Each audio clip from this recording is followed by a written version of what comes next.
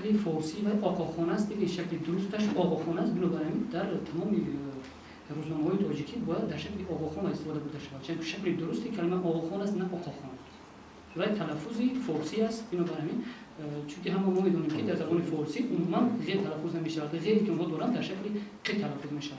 تمام کلمه اگر ما بکنیم پس ما یعنی یک آوازی زیرا که بعد آوازی تازه سعودی است رو از دست میدیم. یعنی این مربوط عموما همین خود آواز دیگه آواز سعودی هستیم.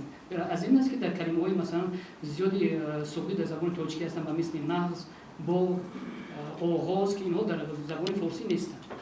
یعنی ریشه تلفظ تاجیکی دیگر و ریشه تلفظ فارسی دیگر است. بله، تحت تاثیر زبان سعودی و تلفظ زبان تاجیکی دیگر است.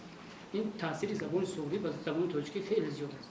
نه تنها تلفظش بلکه کلمه‌های زیادی از زبان سعودی و زبان تاجیکی اقتباس شده هستند و کلمه اساسی زبان تاجیکی امروز استفاده می‌شود. در فارسی با غ نویسنده می‌شود، لیکن فارسی را ق تلفظ می‌کنند. حتی خود در زبان خود فارسی هم در شکل آقا می‌نویسند، لیکن آقا می‌نویسند. تلفظ آقا است. ما در تلفظمون آقا است، در نوشتمون آقا است.